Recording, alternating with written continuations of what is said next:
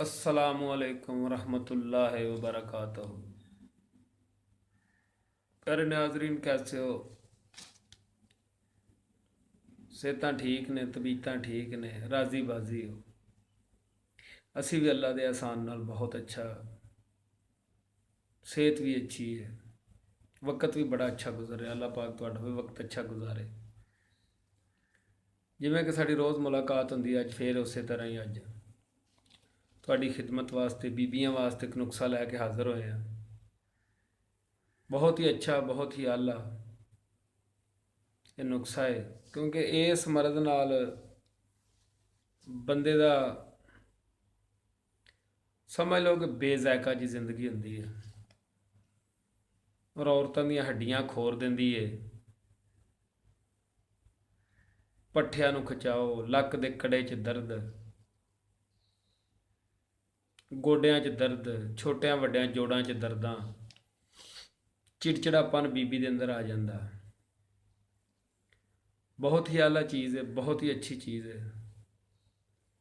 मेरे दवाखाने का रोज़मर्रा की ज़िंदगी च इस्तेमाल होने वाला नुस्खा है। बहुत ही पुराना, साल तो चलता आया नुस्खा। अपनी मिसाल आप बेमिसलो बेमिसाल जिमें कहते हैं, तो बहुत ही अच्छी चीज़ है, बहुत ही आला चीज़ है। ये नुस्खा सैलानो रहम वास्ते, यानी कि लकोरीए वास्ते। ये अक्सर बीबियां नूं हो जाता। ये ज़्यादातर होंदा रहम की गर्मी की वजह तो।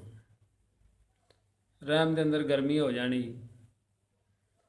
पीले रंग की रतोबत आती है, पानी आता या सफ़ेद रंग का आता। बार बार जो ये पानी आता, उस तो बाद फिर समझो कि बीबी दियाँ हड्डियां खोर देंदी है। हड्डियां खोर देंदी है, जोड़ां च दर्द, सुस्ती, चिड़चिड़ापन, बेमानी जी जिंदगी होकर रह जाती है। ये वास्ते बड़ी आला चीज़ है। नुस्खा नोट करो और बनाओ और ये फ़ायदा लवो। माजू लैना तुसी 7 अदद, माजू के 7 दाने लैने ने। उस तो बाद तुसी लैनी है इलाची सब्ज़ 4 माशा, तबा शीर तुसां लै लैनी है 2 तोला, सपारी मुसलम के 7 दाने लै लैने ने, मुसली सफ़ेद इंडिया लै लैनी है तुसी 2 तोला, सालम मिसरी भी 2 तोला लै लैनी है, तो छिलका इसकबोल 5 तोला।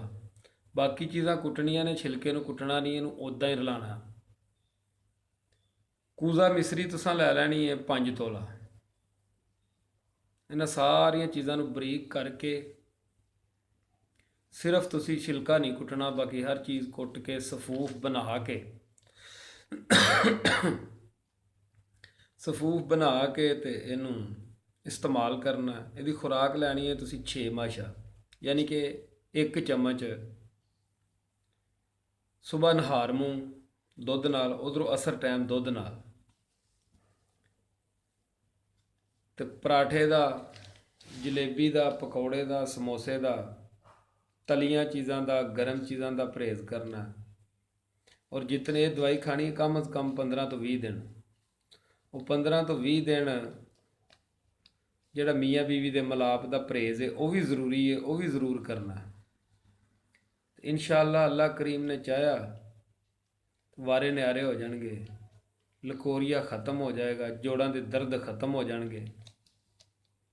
अल्लाह पाक अपनी फजल और अपनी रहमत करेगा और तुसी सानू दुआवां च याद रखोगे।